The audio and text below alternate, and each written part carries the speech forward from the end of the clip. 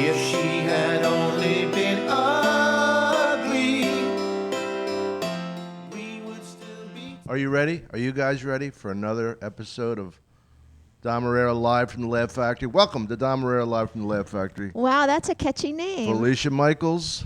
Felicia, talented comedian and co-host of Beauty and the Beast, one of the #1 podcasts in the world. Well, People it's from not all number over. one, but it gets up there. What do they know? With Say Joey it's number Diaz. one. It's number one. Yeah. They beat out Rogan and all those guys and Right. Adam Carolla. All those guys have done the show. Oh, they have? They've all done it for Oh, me. wonderful. Wonderful. It pays to be nice to people, Felicia. I used to It tell you does. that when you were yeah, stepping well, all over fuck everybody. you. Are we allowed to cuss on this podcast? You whatever you want. Okay. Just don't do the last joke that you did before I would come up at Caroline's. Oh, my God. One time I was opening up for Dom at Caroline's, and I went up to Dom if I was middling for someone because my act is hugely filthy. And I was like, Dom, should I take any jokes out? Is anything going to bother you? And he's like, no, don't worry about Nothing it. bothers me. So I do a joke that has the word pussy in it 156 times. Pussy fart. What did I say? I've never said pussy fart. Really? No. I thought that was the joke. No, It was all about that the average length. I haven't done this joke in forever. The average length. Give it to them. The average Give length. it to the demanding public. The average length of a man's penis is 6 inches long, and the average length of a woman's vagina medically is like 9 inches long. So apparently there's like 2 million miles of unused pussy walking around this earth. And then I would do this huge tirade of like what things, like someone's spelunking in my pussy right now. But I had like 156 things that I would tag on it. And afterwards, Dom comes up to me. She's giving him the regular lingo. And Dom comes up to me and he's like, yeah, don't do that pussy joke. No, but he still did it, which I liked. Oh, yeah. Did I? I swear it was a pussy fart joke. No. Really? I've never done a pussy fart joke. I just wanted to get you to say it. I told you guys I'd get her to say it. Really? Yeah. Well, anyway, it's good to see you. Nice to see you too, Dom. And I understand I did your podcast, and half of it was erased. Half of it didn't save, and we've done 107 episodes. I'll tell you who erased it. It was that jealous Joey Diaz. He didn't like the way we were getting along. He thought I was. That's what it was. Yeah. So you were saying off the air that you and Joey go on tour? We went on tour because we were talking about how podcasts are a great connection with your audience, whoever your audience is, big or small, and how we went on a tour in Northern California, San Francisco, and Sacramento. And my thing is I love photography along with my comedy, so I'm always taking pictures or video. I'm very serious about it. And I had video. I always just video because people love Joey Diaz. Yeah. And it was sold out. And then I came home the next week and I was editing it all together. And you just realize how powerful podcasts are. It's amazing. In the fact that the audience was so young. I mean, we've been in the business, you a little longer than myself, but for quite a while. What are you trying to say? And you were also saying to the fact that it just brings you a younger audience. It's amazing. Yeah. I was in Ireland after I had done Joe Rogan's. I don't know if I told you guys this. And I was in Galway. I hadn't even started my regular gig in Kilkenny. Not that matters. I'm filling in time. Yeah. But this kid comes up to me and goes, 20 years old, right? Dom Irrera. He goes, I listened to you on Joe Rogan. You fucking cracked me up. And that's why we came here tonight. And tell Joe I'm studying martial arts because of him. And I said to the kid, that's just what we need, a 20-year-old drunken Irish kid who knows what he's doing when he's fighting. But isn't that amazing? Yeah. It is really amazing when you go and you look at who is watching or listening to the podcast and you're like, someone in South Korea. Like, you know what I mean? I know. Well, the whole world is so small with that. And the world is small. I mean, I think it's kind of cool because we're taking some power away from the grown-ups. Yeah. In the sense that, like, I love what Louis C.K. did. Like, he just took away power from HBO and Showtime and those guys and did his own special and sold it for $5 or something. You know what he did, right? Yeah, of course. Can you explain it to them? Because I do you know how to... Louis he made his own special, and then he did a thing where you could go online and buy it for $5, and you directly download the special instead of watching it on HBO. And in the first day, he made like $1 million. And for $5, it doesn't sound like much. Yeah. But if we did our special And It might have been the first week he made $1 million or something. Well, it's still incredible. Yeah. But like if we did a special HBO or show, they buy it out. So it seems like you're making a lot of money because you're making $50,000 at once. But in the end, But Dom, it's not even like that anymore. Like now I heard, and I could be totally talking about out of my butt, which is, which is something I amazing when you enjoy. do that. But 3 drinks that she's talking out of her butt. A cup Hey, of coffee boy. you got me, and What are you, already Jim I'm doing Carrey? that. So, but like people will go, and I know a lot of comedians that'll do this, and they'll make their own special, and then they'll spend, how much will it cost? $25,000, and then they'll sell it for a set price, which is, it's not like the old days where they get very few specials are given out. It's my understanding that they get that much money, and so you're in essence you're literally not making money off it showing on cable. Right. You're Yeah. just getting the exposure. You're just getting the exposure. No, well, when I started, it was 50,000. I forget what Rodney Dangerfield's paid. That was probably like 75, 800, for all of us because there were 6 of us on it. But my first HBO special was 50. Second one was 50, and the Comedy Central was 35. Yeah. They were always a little cheaper. No, I'm sure they still do something like that, but a lot of it is, Really, I didn't know that. Yeah. I mean, the thing that I don't talk to people that work less than $50,000 a half an hour. You talk to me. Oh, that's true. I never thought of that. Well, you're a photographer too. When I saw you in Montreal, I didn't even know that you were up to that. Oh, yeah, yeah. All of a sudden, you're backstage. I go, Felicia, I thought maybe you were on the show. What are you doing? Well, when I did comedy for the first time, that's how I know Dom, for 15 years. And then I took almost 9 years off because I had kids. And honestly, Dom, I just got really sick of it. It's so different now than it was 10 years ago, 15 years ago. Is it better? I think it's better because... I think there's a lot of great acts now. There was a dearth of talent at the Comedy Store for a while. Well, but that's a whole different thing. But there was years there where actually there was not really that many good comedians. We first went there. There were a lot of good comedians. I remember first going to the Comedy Store, and Richard Pryor would come on stage, and Tom Hanks when he was doing that movie with Sally Fields, that comedy. Barry Sobel was helping him write the act. Yeah, and how he would come. And I remember seeing Richard Pryor come in on a Monday or Tuesday, and this is at the very end before he got really sick, and he would go up on stage and he would just try all this new material, and you would be embarrassed for him, and you could tell. And even as an open micer or someone just starting at the store, you'd be like, that's the great Pryor. But by Friday night, he would go up and for 4 days he would hone those jokes, and by Friday night it would be craziness. Yeah, I've never seen him have a good set, but in his defense, he was too ill. By the time I saw him, he was just gracious.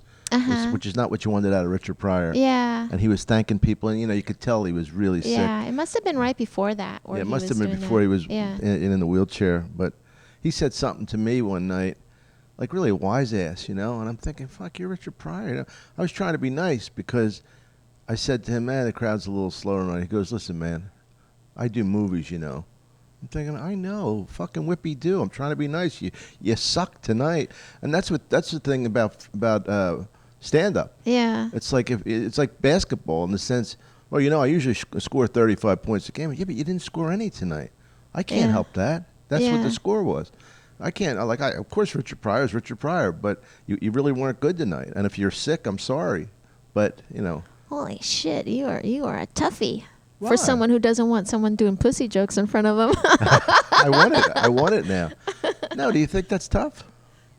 You know what? No, I think ultimately that you should live by the standard of when you suck on stage, you take responsibility no matter what the situation is in the audience. I know he does movies. Why do you have to say that to me? Oh, please. No, but I mean, it's like, because all of us had good sets. That was the problem. Right. And, in his defense, again, he was probably trying out stuff, but he got the Richard Pryor 5-minute standing ovation before he started, and that makes it more difficult to do stand-up. Yeah. Because they expect you to be shot out of a cannon. Oh, exactly. They don't realize that how much those comedians practice that 10 or 15 minutes. Yeah.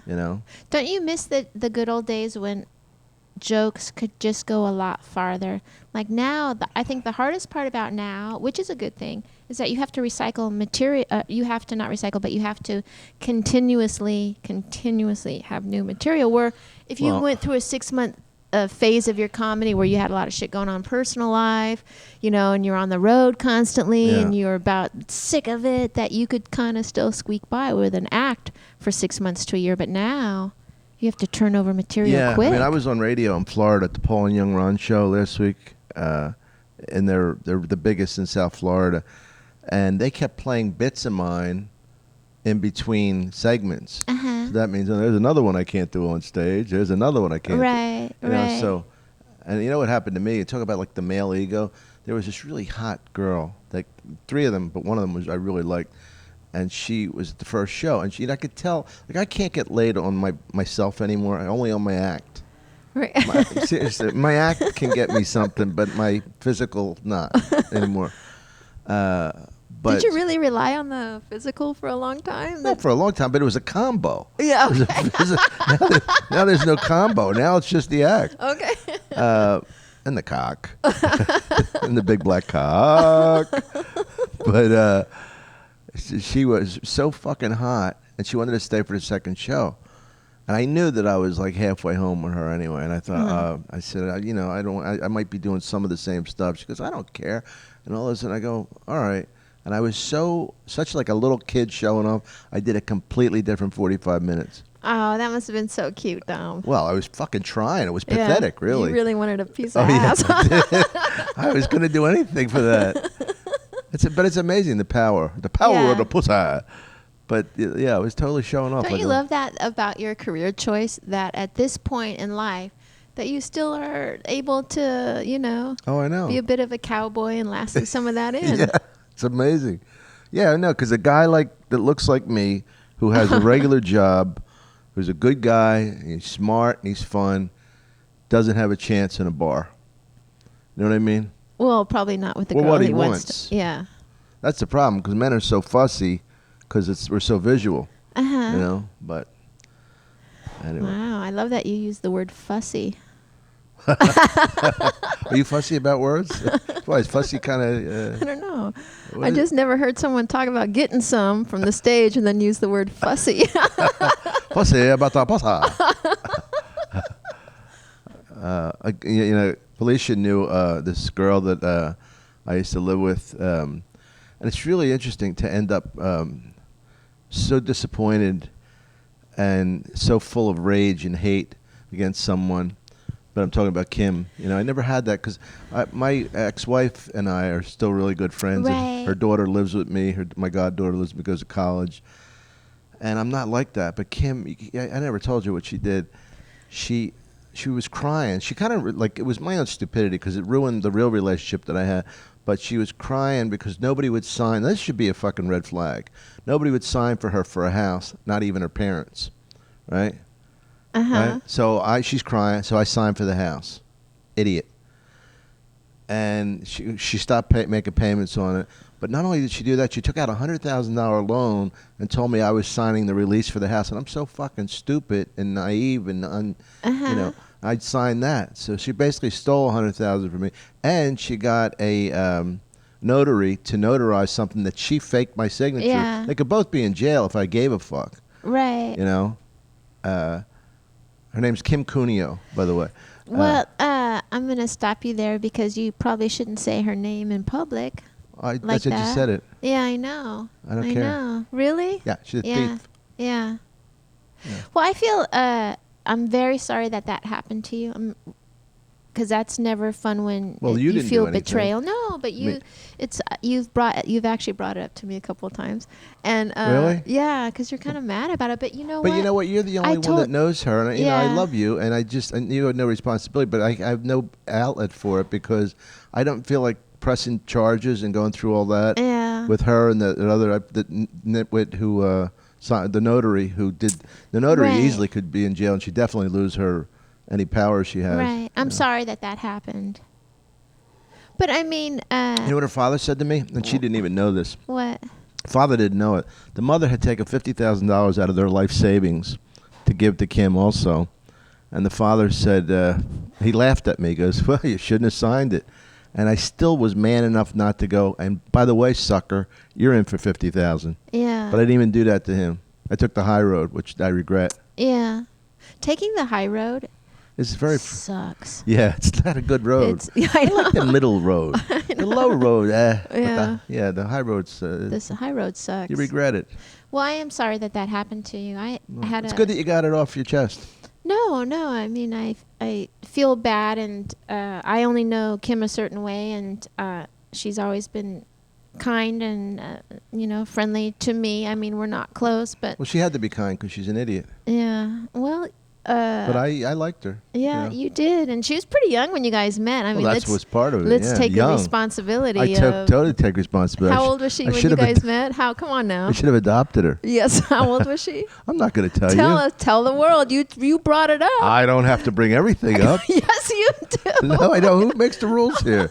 Well, Dom Irrera live from the Laugh Factory. Dom Irrera live from the Laugh Factory. She was 17, 18, Beauty 19. and the Beast. 19. She couldn't have been more than 19.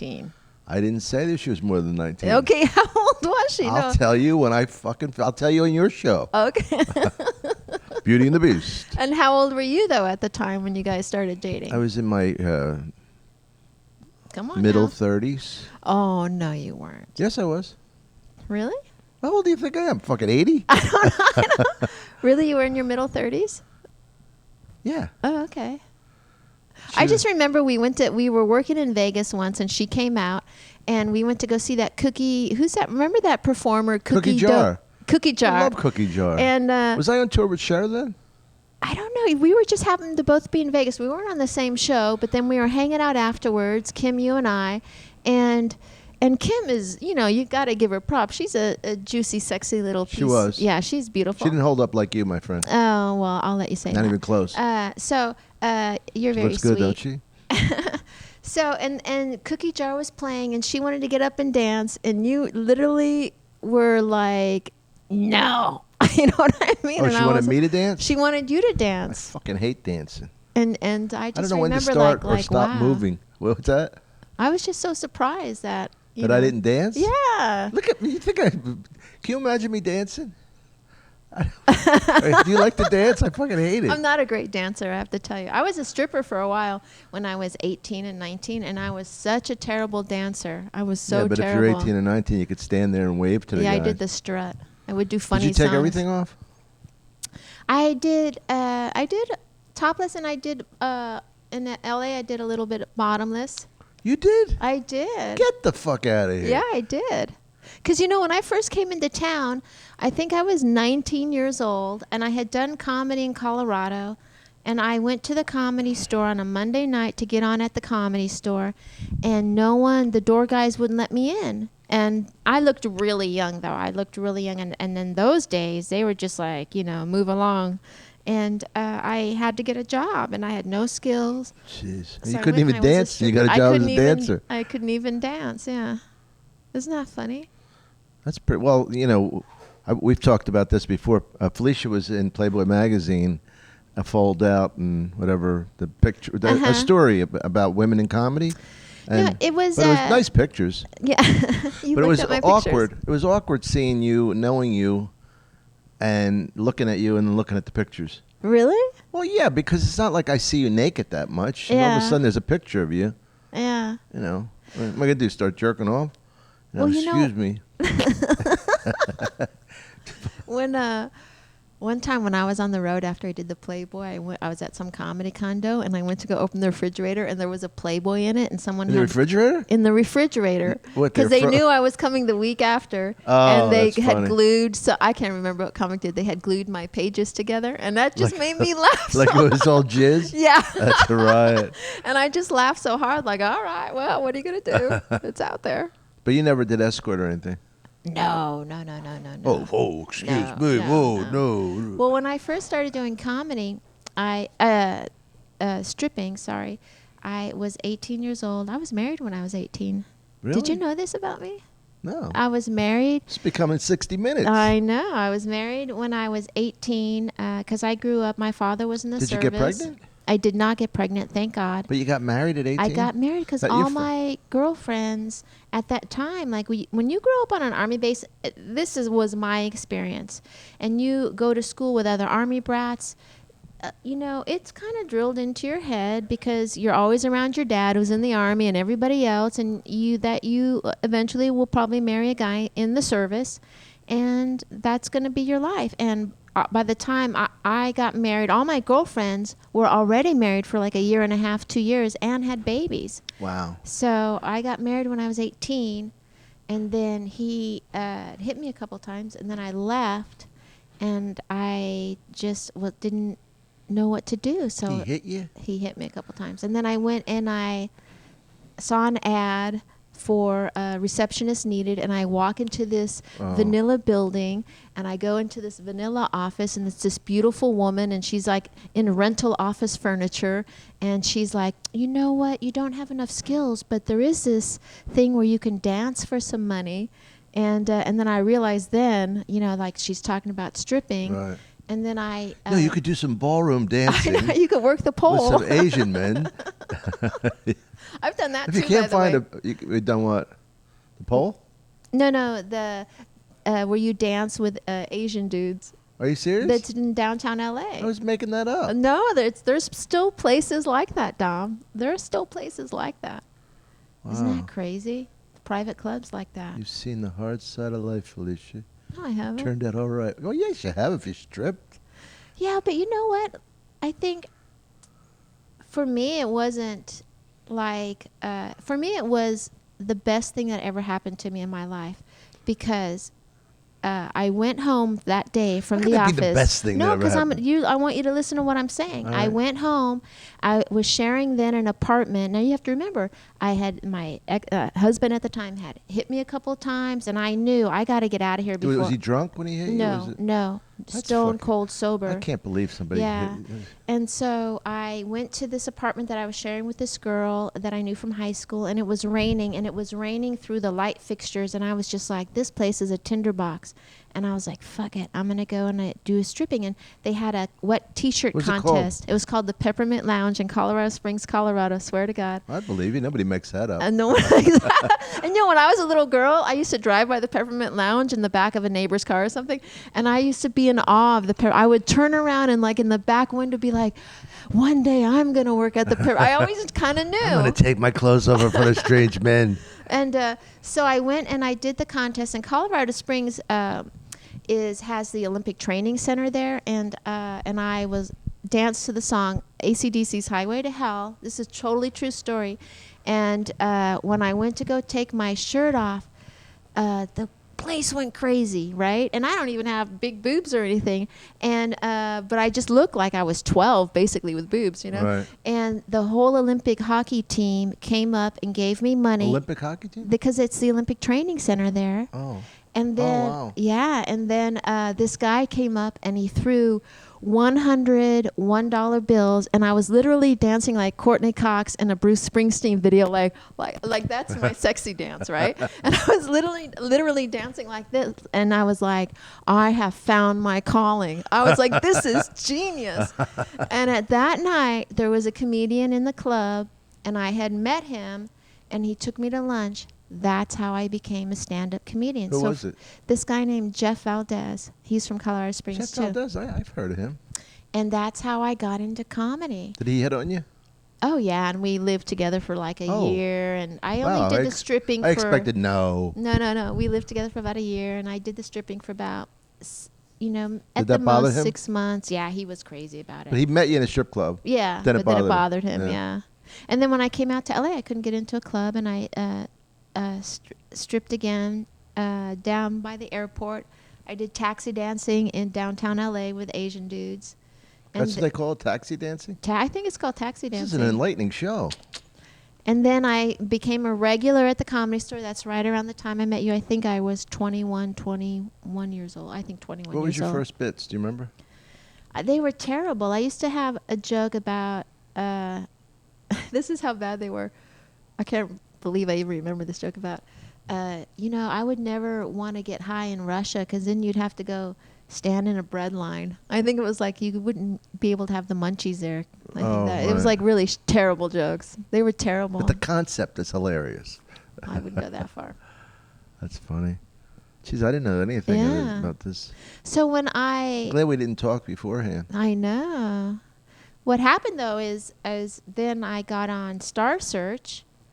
Right. And, That I remember a little. Yeah, something. and I I won think that Star was your Search. credit when I met you. Yeah, so then it must have been a few years later than we met. What year did you come to the store?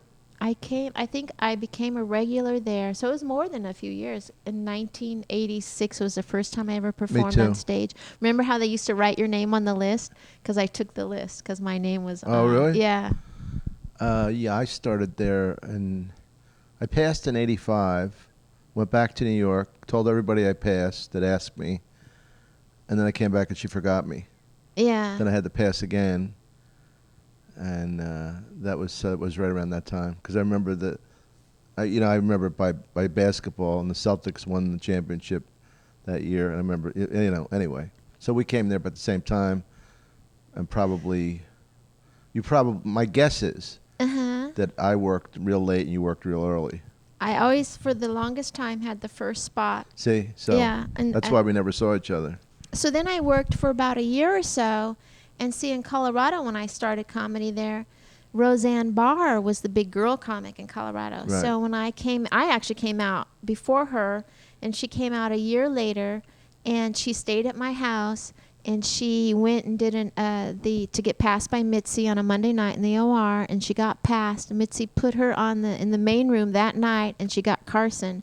I was there. And remember that night? I brought her up. I was emceeing. Isn't that This wild? is when they still had MCs here, and I brought her up, and Jim McCauley was in the lobby. Uh-huh. I'm trying to think of the timing. I think I had already done the Tonight Show. It's '86. Uh-huh.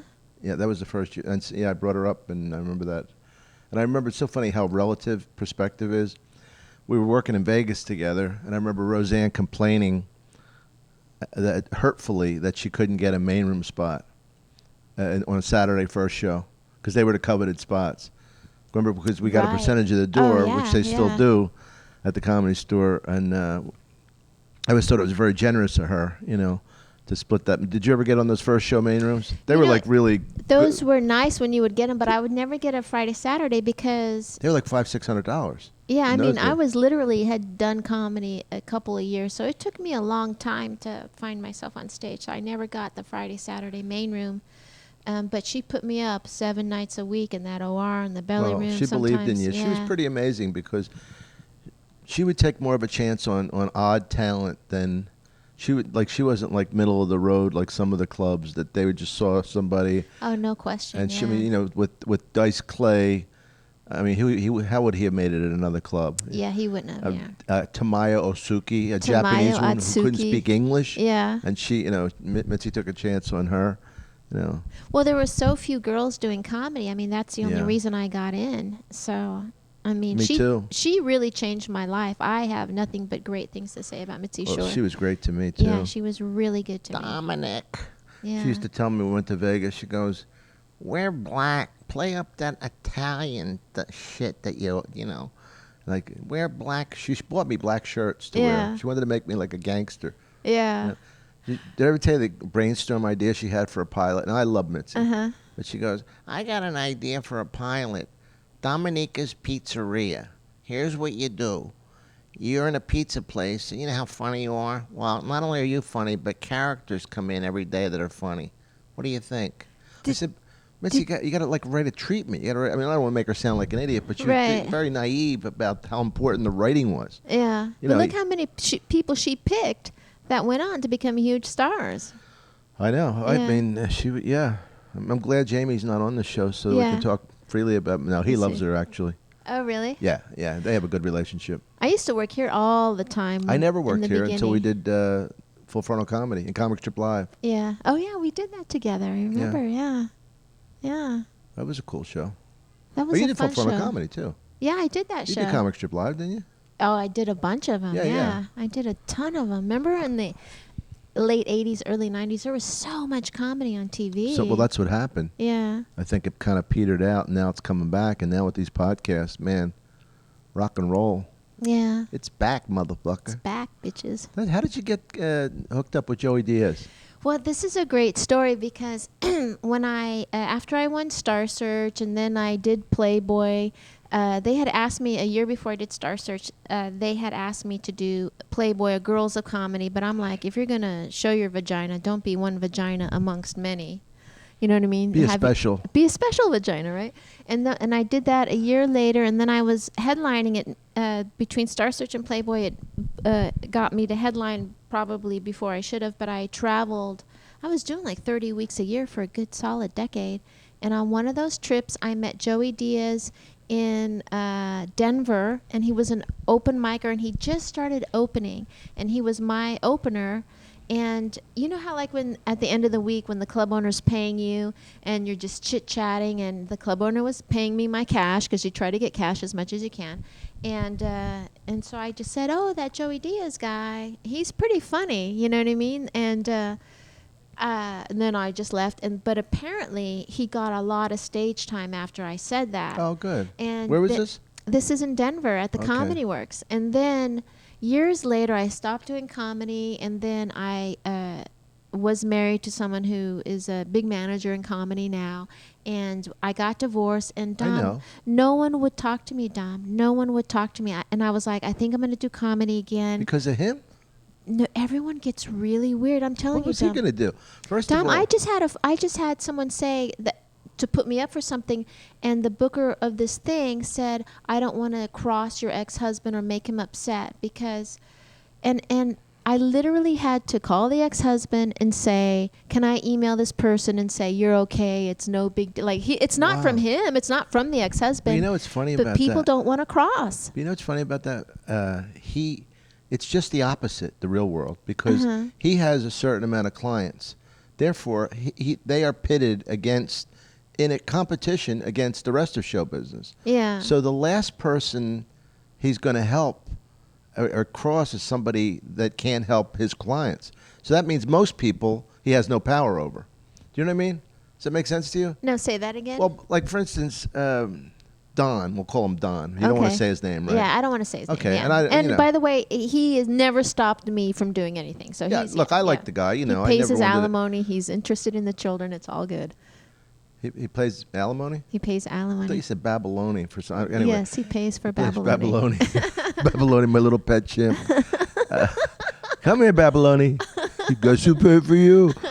But no, but I'm saying that the funny thing is when people think that guys like this have power, they only have power for the people they want to have power for. Right. So that means you stand less of a chance of getting something from a guy like him than you do of a guy who is on his way up trying to help himself. Right. So he's already got his clients. Yeah. So he wants to have, goes to those guys. Yeah, but it's not coming from him. But I see what you're saying. It's perceived from others who are using his clients, like, and I'm not complaining at all. It was the first time where someone actually confronted me and said, "This is what's going on." Wow. And I kind of thought maybe that was going on, but I was like, maybe I'm being a narcissist, or paranoid, yeah, but it does go on, and it's all good now. He's like, I don't give a shit. Do what you got to do. You okay with him now? Yeah, everything's totally fine. Yeah. So I told you I went to Vegas with him. For yes, we don't need to talk about that. Well, Yeah.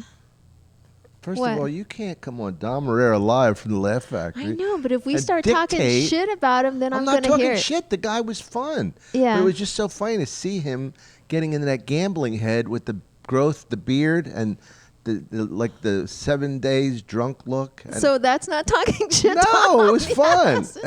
It's No. good. No. It's good to see. It's good to see him relax. He's the father of my children, so I have his back. Beautiful children, by the way. I have beautiful children. They're adopted, which is a bonus because they don't look like him. But Oh, we're not going to talk about it. no, but he's totally fine.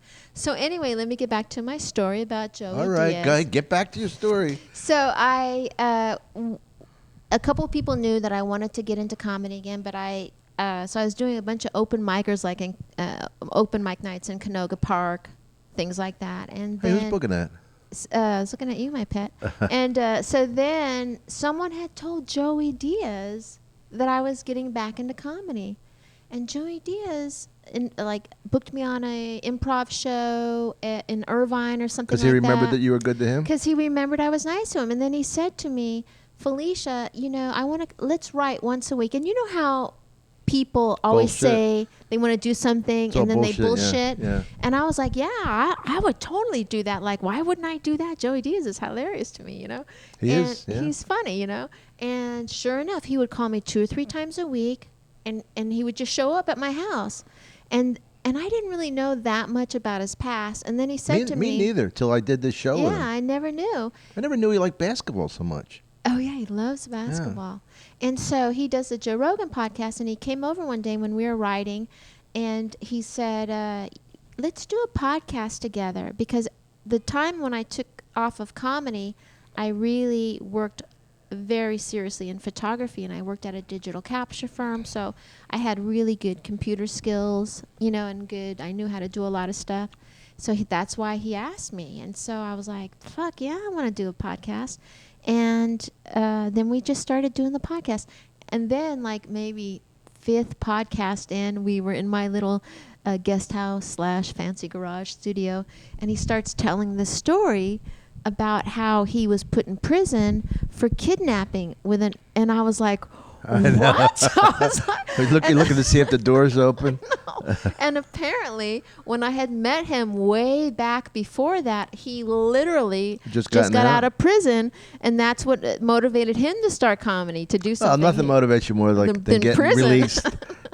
Than getting paroled for kidnapping charges. But you know what the kidnapping was, though? Now he's explained it, yeah, but still. It's not as horrifying as the word sounds. Dom. No, but Felicia... He kidnapped someone, put tape around them, put them in the trunk of a car. No, he didn't tell me any of this. Yeah. No, you know what he said? He says it's because he says kidnapping is taking one person unwillingly from one room to another. That's what I thought. Know. Oh, so he duct taped the person's... Oh, gee, yeah, Joe. Yeah, I know. And so I literally... I could be a little bit off on the facts, but it was pretty bad.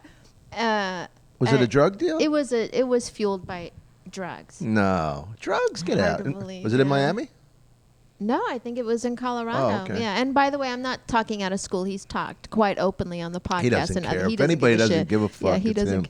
Him. Now he has a new podcast called The Church of What's Happening Now, which is was #1 in the comedy podcast for a long time, for a couple weeks, and for a couple weeks even on all podcasts, it was #3. After. God bless him. Yeah, he really.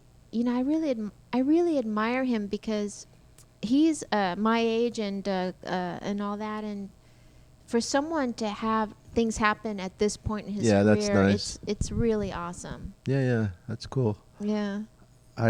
He told me that he used to have to follow me every Saturday night at the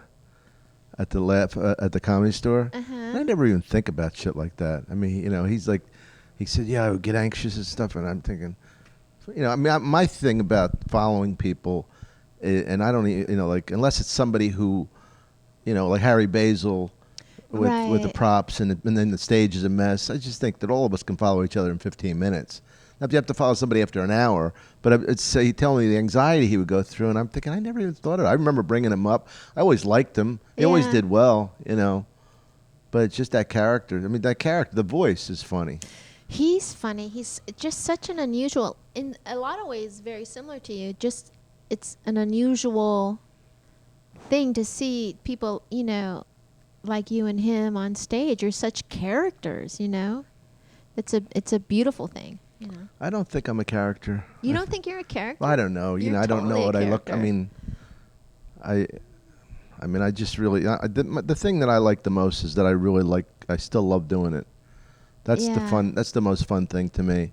I get the energy, as far as, I hate being redundant on jokes, but to tighten them up, sometimes you have to do it, and that bugs me. Yeah. Like the thing I told you about at the beginning of the show, just showing off for the girl. I love that because I was really being funny instead of doing my act. Yeah. Yeah, that's nice when that happens. Yeah, but it takes a hot Venezuelan chick to do it. Well, I'm sure hot Venezuelan chicks have motivated a lot of different things to happen Oh God. in the world. She I'm was- so lucky though, Dom, like that I took 9 years off and that within 3 years of coming back, like things are really going good. And that the biggest thing I'm happy about is that I love it again. That's the important thing. Yeah. Did you go through an angry period with it? Not really. I think I was always too neurotic and other things to go through an angry period. Because I never really like. When you said something a few minutes ago about people bullshitting you, and I don't know. I think I just formed a more callous shell, in the sense that I thought, I know this person means well, but it ain't gonna happen, and like a lot of things have happened for me. Yeah. So it's not like I'm this like completely bitter out in the cold guy. I mean, like some of the guys, one of those guys at the Comedy Store that are my age that still come around that are bitter taught me a lesson 10 years ago, and even like I remember one time Rosie O'Donnell and Belzer and I were working a show at Rascals in New Jersey, and Belzer I love. But he had a tough time following me and Rosie, not because we were so great, but because we had so much energy. And he he was kind of pompous towards the audience, and like very like dismissive and supercilious with the audience. And I thought, I don't ever want to become like that. If I get as famous as him, I don't want to become like that. And I love Bells. I mean the badmouth him, but he taught me a lesson about that, and that kind of helps, Well, I think the biggest lesson, having left it and then come back, is when you're starting a career in your 20s and you put so much, and it could be any career, you put so much judgment on yourself and about what it should be, and should it be this and should it be that, and am I good enough, and maybe I'm not good enough, you know what I mean? You really psych yourself out, and then certain people become huge stars. And that's just how it lined up. It had nothing to do with talent. Most of them, lots of talent. Everyone has a certain amount of talent. Yeah. If you get on TV, you have at least this much talent. Some people have this much talent. Some people have this much talent and never get on TV. But then people who had big shows, like someone like Roseanne. But if you have enough talent, you're still going to make a living. You're still going to make a living. You might not get the big break. I mean, like, Jim Carrey to me is a guy who took his break and ran with it. Right. But he was not exceptionally funny in a comedy club room. He was talented. Right. And he had a goofiness, but he was a good example of a guy. Not only was he talented, but he really seized the moment. Well, and it was the perfect medium for him. Television and movies were the perfect medium. Yeah. I mean, he was very, very corny when I first saw him. He was doing Sammy Davis Jr. impressions. Yeah. And really not doing well. But, you saw that the guy had talent. And the funny thing is, I'm a friend of those guys, the Wayne brothers, and they really backfired on them because he was the token white guy. They hired him as a guy who was good, but he wasn't going to outshine anybody. He becomes the movie star. Yeah. It backfired. You can never tell who's going to become the movie star. And when it happens and you see people that you're working with shoot into such a big star, and then you keep plugging along and you get little things here and little things there, and you start getting all angry. Who did you think was really good that never made it? You can name a name or you don't have to. Who was really good that never made it? I probably think more of like people that never really committed to being in LA or New York. So people that are working in Austin or Denver, right. like people that never. So you think more about propinquity than, closeness to a place. You think that had the geography of it had something to do with it, or that they have a family and they literally there couldn't move to definitely. LA. They couldn't afford to move their family there, and their career suffered. Are you a politician? I am not a politician. I want names. Yes. This is a gossip show. But then the blessing of sticking it out or coming back around to comedy again is even people who had were big stars and they come back down and you're working in the same clothes with them again.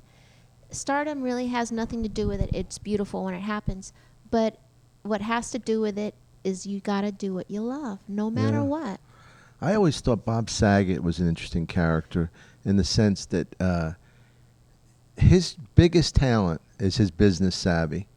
And Bob's a good actor and he's a good comedian, but he's not great. He's a great businessman. And this is not a knock on him, but I've seen him, how smart he is. When he had 2 shows at once, remember, in the top 10? Yeah. When he got, we were much better friends in the old days, not for any reason, just you go different ways.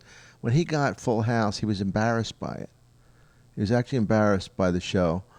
And I'm thinking, I can't really feel bad for you. I'm making $50,000 a week here. You know, I'll be working at Slappy Bananas next week. And it wasn't, but but I'm thinking, if you're too smart to, and you don't have that much artistic integrity to just drop it. But you know what? It's funny that you mentioned Bob Saget, because about a month before the Montreal Comedy Festival, because I still do a lot of photography, I was hired to do stills on a video shoot in this green screen room with Bob Saget, and then I had to do some studio shots that they were going to use for other stuff for advertising for this the naughty show or the dirty show that he was hosting. The nasty show that he was hosting. And so the sketch was they're in this green screen room, and they've are projecting, on the television that they're in a therapist's office, and he did it with another girl comedian whom I can't remember her name, very lovely lady. And he April Macy? It wasn't April Macy. She had red hair, but it wasn't April Macy. And so he had to, keep saying all these funny things about the nasty show, and he literally for an hour could just keep making up jokes like that about, and just keep going, it was at that moment, like I always thought, oh, Bob Saget, nice, pleasant person. I did a couple of episodes of Full House. He was always genuinely kind to me, and did, can stand on a cue and deliver a line, whatever. But when I saw that, and I was photographing him, I wasn't even doing comedy, and when I saw how skillful he was at that, it was like, holy shit. That's his medium. But, sometimes you don't become popular or make a lot of money or become famous or get anything because the medium isn't there yet. And where I feel like podcasting and everything with the internet now, where you can do Ustreams, that people... What's Ustreams mean? Ustream is like if we did this, it's on camera. I love that a toilet flushed when I know. That it streams live onto the internet. You know what I mean? Yeah, we do that here for some shows. Yes, exactly. So it's interesting that I got to see and respect totally him as a comedian 20 fucking years later, and I was blown away by it. Like, holy cow! I'm not picking on Bob. I know. All I'm saying is he is very talented, but from my experience with him, he's got a business savvy that's brilliant. You know what I mean? Like that's all. I mean, I don't want to do it where it's going to come out negative. No, I don't think people would take it negative at all, because I think, let's say you have 2 talented people and you're going in and pitching an idea that's similar to the network. And if you are a person that go in and you're not that organized with your notes, or your pitch isn't organized, because it's a business. You bet that pitch better fucking be right on. Do you know who Uncle Dirty is? Who? Uncle Dirty. He was a New York comic. He was like the generation of Pryor and George Carlin, where there were very few comedians around that were famous or made big money. And he used to say, "Remember, kid, it's show business, not show art." Yeah. Because he was one of these guys. You want to make brain surgeon money? You got to put in brain surgeon hours. He was very philosophical. He fucked up his own career by cutting up Billy Graham on the Tonight Show. This is how long ago it was. He said, on the Tonight Show, he said to Billy Graham, "So did God buy you that $500 suit?" He said that to Billy Graham on the Tonight Show? Yeah. And after he lost his career, went on a motorcycle to South America, reefer head, never came back. But, he came back to a minimum level of success, but never to where he was. He was up there with those guys. Yeah, wow. But I think it's funny because $500 was a lot for a suit then. Yeah. That's one thing I think of out of the whole comment. But if people are gonna, if you pitch something and there's someone else pitching the exact same thing with the exact same level of talent, people are gonna pick the person that is business savvy, because they're doing a deal with someone. I got a tour with Cher because of that, not because of my comic talent. I'm sure. What happened was it was left. You know who Bobby Collins is? He's really an asshole, right? Oh, really? Yeah, really fucking dick. And he's always been very nice to me. Well, good. You're much more diplomatic than I am. Maybe people are just nicer to you. Maybe. Because you danced. Because I was in Playboy. But Bobby, the guy, my manager at the time was this guy Jeff Wald. Jeff Wald, I think it was, yeah. And he was Helen Reddy's husband, right? Well, we're all connected. This, and he said, let me ask you this. He said that this guy Billy Samuth, Cher wanted me, and Billy Samuth wanted Bobby Collins. Bobby Collins was a lot better looking than me, like a tall, Yes, good he's a looking. good-looking guy, yeah. Right? And the gay guy wanted him, and Cher wanted me because I was much funnier than Bobby. Anyway, that was the one question he asked Billy Samuth. My manager says, "Who would you rather hang out?" 'Cause he says, "Look, most of the tour is not the show; it's everything else." He said, "Who would you rather hang out with, Dom or Bobby Collins?" And the gay manager said Dom. Yeah. And that's how I got the gig. Oh, that's awesome. Yeah. I have a funny Bobby Collins story. When I hate that motherfucker. Well, they'll laugh at this. Then when Mitzi had the Comedy Store at the old Dunes in Vegas, and so I think it was a bunch of girl comics on that show for some reason, and Bobby Collins I think was playing across the street at the MGM Grand. He would open for Tom Jones or something like that. Oh yeah. And I knew that. And Bobby Collins used to have this bit. And Do you know the Max Alexander story about Tom Jones? No, but okay, go ahead. So Bobby Collins used to have this bit where the punchline was, "I got caca in my pants," right? Oh jeez. I don't know if you remember that, but it was like this through line he would always say. So I thought it would be funny. I had gotten like a deck of dirty playing cards, but they were all men with big penises, like to have those kind of cards. Yeah, I've got one of those decks. I'm sure you do. And so there was this one when it was this black guy in a white leisure suit, and he had a big old, and so I wrote on the back of the card, "I got caca in my pants," and I put the card in an envelope, and I dropped it off for Bobby Collins at the MGM Grand. And I wonder still to this day Whether if he he got ever it. saw it, because I don't want to say, "Did you ever get a playing card that's the black guy's penis or I got caca in my pants?" Yeah, he never brought it up. So you were saying about this Oh, other... Max Alexander. Just a very brief story about Max was opening for Tom Jones for quite a while, I heard. This is how I got the story. And Max kept asking Tom Jones to come in and see him. And, what's going to happen is predictable. He finally got him to come in and see him. Tom Jones goes, "Who is this fucking guy?" He said, he's terrible. And he fired him. Right? And Max initiated it. Right. If he had just shut the fuck up, did the job, he'd have had it for years. I love the fact that he hated his act. Oh, my goodness. Who is this fucking guy? Boom. He was out of there. That's funny. Did you ever open for those people, any of those? Because my act was so dirty, I only opened for everybody once, but I never... One and out. As you can attest to, Dom, with... That wasn't the only time we ever worked together? Well, I mean, on... other than doing showcase clubs. Really? Yeah. The Carolines? That was it? And then the TV thing. The pilot thing. What was that? Remember, we did that pilot together? You know what I'm talking about. No. Tom. That pilot, it was called Hollywood Boulevard, with Stan Daniels. Oh. Remember that? Were you in that? Dude, I fucking wrote that thing with you in mind. That's how that whole thing got just call me started. dude? I called you dude. Right. That's right. You were part of that. God, that was such a fucking... It was such an artistic...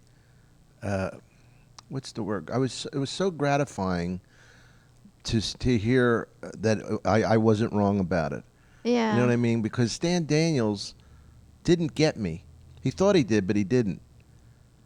He said, he didn't understand the difference, between saying something and then going, "I don't mean that in a bad way," and then really saying something just plain mean. Yeah. So he just made me mean. And long story short, you were there when Dan Hedaya got the part, right? Oh, and Dan Hedaya is a yeah. real fucking actor. He's mean. That guy's mean. But I mean, he's a real actor, Yeah. a real accomplished actor. I'm like a part-time actor, full-time comedian. Right. And so I can understand if I don't get every acting part, but I knew it wasn't me. When Chris Albrecht said to me, he goes, "Dom, play up the jokes," and I went, "What jokes?" And did you write it? No, what happened write it, right? was, as I wrote this pilot, and I had based this character of the husband on you, And then I was at some luncheon. Is that were we with Michael Rotenberg then, or That's exactly right. He hopped on the. That's what it was. He became my manager because of that and dropped me when that went down. That's exactly what happened. What a fucking shark! He's always been very good to me. Everybody's good to you, and I'm fucking bad mouthing everybody. It's amazing what a charmed, blessed career you I have. have nothing bad to say about Michael Rotenberg. So what had happened is I had written this thing with you in mind. I was at some lunch. Michael Rotenberg said, "Tell these guys in suits." And I was pretty naive at that time, and I was all like, here I was, I'm so nervous, everyone's going to find out I was a stripper, so I was like, well, I have this little thing. And then before we know it, they bring in Stan Daniels, who was one of the writers of Taxi, and then Stan Daniels keeps the characters but just changes the environment, and then my writing credit is totally, I get no writing credit, and then he rewrote the pilot, which is fair, that's okay, because that's, that's how it goes. And then we were at a table read, and the table read was so unorganized and so uncomfortable. And there was another girl. Was I there? You were there. Was that the one I got fired? Yes, we did the table read, and then you and myself and the girl actress whom I can't remember. We went to lunch at the cafeteria on some lot. And we were eating, and we all knew the shit was about to go down, and we literally were eating, and all of us were like, one of us is getting fired, or all of us are getting fired. And then it was you. I thought it was going to be me. Oh, I knew I wasn't gonna. I knew I didn't make it after that reading, but it was. I just didn't think it was funny. I didn't know what to do. I mean, I probably should have gotten an acting teacher to make it funny on its own, but. It was a great experience. I got $50,000 for that. Yeah. $50,000 for that reading. It was a good experience because speaking of Chris Albrecht, I knew the pilot was in trouble when we were doing rehearsals, and then he came on and he said, I think it needs to be funnier. I think it needs to be funnier. You need to bleach Felicia's hair blonder. And I thought to myself, this is just not going to go anywhere. If that's what the note is, to bleach your hair, bleach your hair blonder. I know. But he must know what he's doing because he led HBO to he knows what he's doing. Phenomenal success. So it was just there was nothing that could save. And they bleached my hair so much that it almost fell out of my head. Did he get fired for slapping his wife in public? I don't know. I think he slapped somebody. No idea. He was always nice to me. He's always nice. That's what I'm going to say from now on before I badmouth somebody. I didn't realize you were so political. Who, me? Well, this is the kind of thing I'll talk shit about people. Who don't you like in comedy? You know what? Come on, Felicia, say it. Fucking say it for once in your life. I don't like Rosie O'Donnell. You like Rosie? She was mean to you? She wasn't mean to me, but she made a friend of mine cry. That was one of her writers. Joey Diaz? No, not Joey Diaz. I would love Joey Diaz crying. I would like to see Joey Diaz and Rosie O'Donnell just go at it. I didn't care much for Brett Butler. I wish her much success, but she was. You don't have to say something nice to me. Be dirty. Yeah. It's if I don't like someone, it's because they're not. They don't give me a chance. They're unkind to me without having. Because you get the whole what you look like. I don't know about that, but there are some people that just weren't kind to me, or they think I'm standoffish. Was I always nice to you? Who? Was I always nice to you? You were always, even when you got fired off that pilot, you were always nice to me. Yeah. I'll tell you the interesting thing about getting fired. As traumatic as the moment was, I was relieved. Really? Yeah, because I thought, let them get somebody who can make it good because I don't get it. By then I was a pretty successful stand-up. Oh, you were a star, yeah. So of course. I wasn't like I'm a guy who doesn't get it. What's like I was thinking, geez, maybe somebody else sees the funny that I don't see. So right. it was a good experience for me in that sense. And you know what I loved about it, and this is what I love about stand-up. I did a set that night. You know what I mean? You remember that? Yeah, I remember thinking, fuck, I just got fired from a show written for me. I couldn't even play me. And now here I am fucking doing stand-up again. Wow. I did stand-up the night I did The Tonight Show. You did The Tonight Show and went out and did stand-up.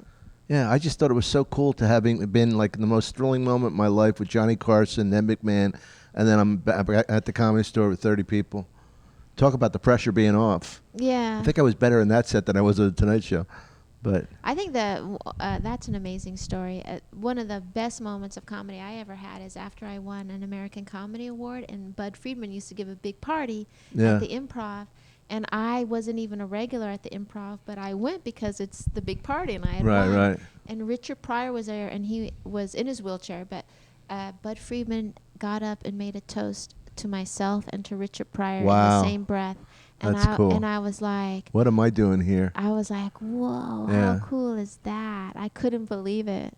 I couldn't believe it. Yeah, that's very cool. So you won for the American Comedy Award. Yeah. What year were you in it? Do you remember who were you up against? I actually tied with Etta May. Really? Yeah, yeah. And I was at the year before. So it was two Comedy Store nominated. women. Yes. That's pretty cool. Yeah. And I had actually stopped doing comedy for 6 months because I was literally doing the road 30 weeks a year for 10 years. And that was right when I was like, fuck comedy. I was so angry against comedy. And I stopped working Fuck laughter. I know, Enjoy. like, fuck you, comedy. Fuck. And then I went to NYU. I was living in New York at the time. You went to NYU. I went to NYU and studied film, and I was doing a lot of photography. That's when the photography thing started. And my ex-husband, we had just gotten married. He was always called good to me, by the way. Yes, he's a nice guy. And fuck you. So he called me and he's like, "You're not going to believe this, but you just got nominated for a comedy award." Because then it was the clubs that nominated Were you married then? Uh-huh. But you were Yeah. living in New York and he was out here? No, we both lived in New York. Did you live at that place that had the yard that I went to the party in? That we had just moved from that place Oh. on the Upper West Side. Yeah. Yeah, I remember, because I didn't see you for a long time. Because I was in New York. Yeah. Yeah. And moving to New York, I got really lucky because his job, they asked him to move to New York. And Did he represent you? He did, yeah. That's when he started representing me. And because it just kind of worked out that way. I didn't know a lot of managers in New York, and he was starting it in New York, Yeah. managing. And that's when I feel like I kind of got funny. I feel like before I went to New York, I got a lot of things for the wrong reasons. And then I went to New York, and I was like at the comic strip, and I was like, "Hi, my name is Felicia Michaels," and they were like, "What the fuck is this?" And then I literally on stage, I was like, "Okay, so I got to be myself." You know what I mean? That's like right. Yeah, your voice was 2 octaves higher. Yes, they could smell the bullshit. You know. Yeah. Wow, cool story. Will you come back? I definitely will anytime, Dom. I love that you have no idea how you got off on such an easy day without Jamie here. Because he's really... He's like, Christ, if she's there, she's going to ask me for spots. I'm yeah. sick. Right. That's exactly... No, I love Jamie, but they're so funny. We have, like, on my website, I'll get, like, Dom, we really love you, but you got to lose the little Mexican. They call him the little Mexican. That's hilarious. But it's a different show with him here, but I want you to Yeah. come back sometimes with him here. I would love to. And actually, when can I do Beauty and the Beast again? You should come anytime. Yeah, anytime. Well, you I have want. next week off, and then I go to Australia. So if it's not next week, then when I come back, Absolutely. whatever Where you are want. gonna? Where are you working at in Australia? the usual haunt, the Sydney Opera House. You are not. Yes, I am. Are you Why do really? you say it like that? 'Cause I See, don't but know. and I was always nice to you. I'm at the I'm doing Just for Laughs at the Opera House with bunch of there's like a lot of international guys. Wonderful. Yeah, it's fun. Oh, great. I mean, the Opera House, we're doing the main show one time. Mhm. We're doing the Nasty Show 3 times in a smaller room. Apparently, it's an incredible place. Yeah, I mean it's a Sydney. Isn't it House. funny that I'm doing the Sydney Opera House, and then literally 3 weeks later, I'm at Bananas in Hasbrook Heights. know, Oh, it's how funny, life has right? its ups and downs. It's funny. Thanks, Felicia. Thank you, Dom. If she had only been up.